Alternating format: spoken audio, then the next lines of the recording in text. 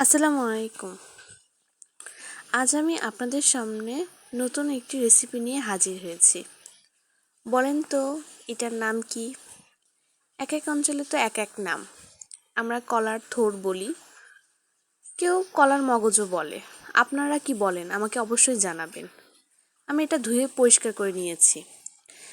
যাই হোক, এখন একটা বাটিতে ফার্স্টে একটু ময়দা, একটু চালের গুঁড়োটা আমি নিয়েছি একটু ক্রিস্পি হওয়ার জন্য আর কি, আর একটু বেসন। এখানে কোনো কারণবশত বেসনের কালারটা এরকম দেখাচ্ছে, আসলে কিন্তু তা নয়।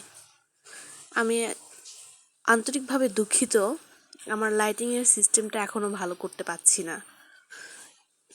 ইনশাল্লাহ আমি খুব তাড়াতাড়ি সব ঠিক করে ফেলবো। এখন এর মধ্যে দিয়ে দিচ্ছি মরিচ গুঁড়ো, লবণ, হলুদ গুঁড়ো।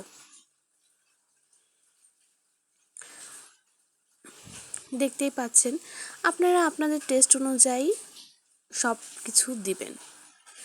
এখন দিয়ে দিব আদা, রসুন আর জিরা পেস্ট একসঙ্গে মিক্সড করে পেস্ট করা ছিল, আর দিয়ে দিচ্ছি পরিমাণ মতন পানি। এখন এটা ভালোভাবে হাত দিয়ে মিক্সড করে নেব।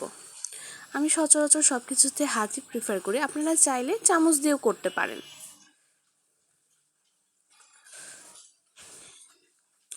এই টেস্টটা আরও এনহ্যান্স করার জন্য আমি এর মধ্যে নুডলসের মশলা দিয়ে দিচ্ছি, এতে কিন্তু আরও টেস্টি হবে। এখন এই কলার থোড়ের ভেতরে আমি একটু সামান্য লবণ আর একটু মরিচ গুঁড়ো দিয়ে ভালোভাবে মেখে নেব এপিট ওপিট করে। তাহলে এটা একটু খেতে আরও টেস্টি হয়, মানে ঝাল লবণ আমার কাছে ভালো মনে হয়, এই জন্য আর কি। আপনারা চাইলেও পারেন, না চাইলে নাও মাখাতে পারেন, এটা আপনারা চাইলে স্কিপ করে দিতে পারেন আর কি। এখন কলার থোড়গুলো এই ব্যাটারের ভেতর ভালোভাবে ডুবায়ে ডিপ ফ্রাই করব। দেখতেই পাচ্ছেন আপনারা সেটা।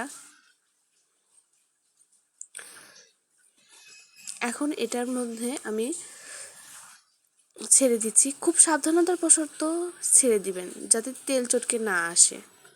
যারা প্রথম রাঁধুনি তারাও একটু সাবধানতার বশতে এটা রান্না করবেন, কারণ তেল ছিটকে আসলে একটু কিন্তু জ্বলবে, অনেক প্রবলেমই হতে পারে, বলা যায় না, এই জন্য সাবধান থাকাই ভালো।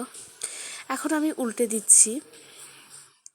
আপনারা আপনাদের ইচ্ছা মতন কালার অনুযায়ী ভেজে নেবেন। বেশি ক্রিস্পি করতে চাইলে আর একটু বেশিক্ষণ ভাজবেন। আর হ্যাঁ, চুলার আঁচটা কিন্তু মিডিয়াম আছে হবে। এখন আমি এপিট ওপিট করে ভালোভাবে ভেজে নিব। আমার কথা বলার মধ্যে যদি কোনো কিছু ভুল ত্রুটি হয়ে থাকে আমাকে ক্ষমার দৃষ্টিতে দেখবেন। দেখতেই পাচ্ছেন আমি কিভাবে ভেজে নিচ্ছি। এটা একটু মিডিয়াম লোতে ভেজে নেবেন, এতে কিন্তু ভালো হয়। ফার্স্টে হাই আঁচেই রাখবেন, দেওয়ার পরে চুলাটা কমে দিয়ে ভেজে নেবেন। আর নামানোর সময় চুলার আঁচটা কিন্তু কমে দিবেন, নাতে এদিকে তেলগুলো কিন্তু নষ্ট হয়ে যেতে পারে, মানে পুড়ে যাবে আর কি। দেখতেই পাচ্ছেন কেমন মুচমুচে হয়েছে। আমি তো আপনাদের ওইভাবে ভিডিওটা করতে পারিনি যে আপনাদের মুচমুচের শব্দটা দেখাতে পারবো। আমি চেষ্টা করবো আমার ভিডিও কোয়ালিটি আরও ভালো হওয়ার। ভালো থাকবেন। আসসালামু আলাইকুম।